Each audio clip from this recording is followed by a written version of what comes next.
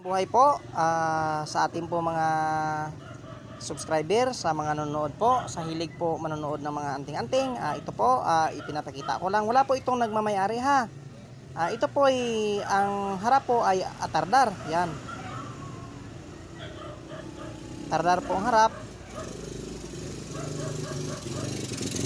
At saka ang likod po nito ay ano po, City Yabis. Yan.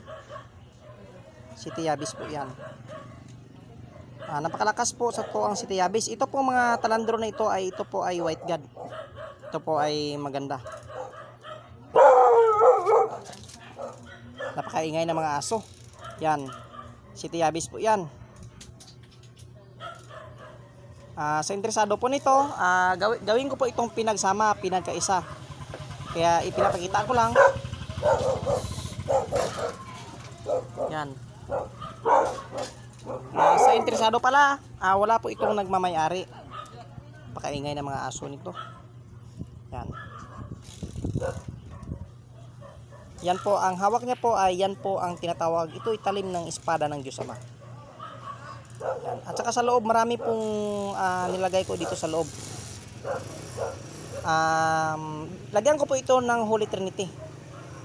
Panoorin nyo po ito. Kasi malakas po ito talaga na gamit. Ito po ay may ukit.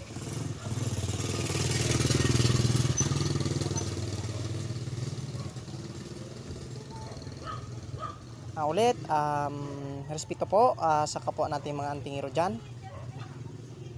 Shout out ulit sa labas ng bansa at saka sa Pilipinas at lahat po na kumuha na aking gamit ay maraming salamat po talaga sa tiwala.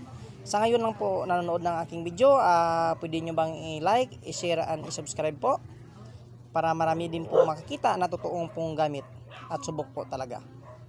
Dahil lang galing po talaga sa isang manggagamot at isang antingero.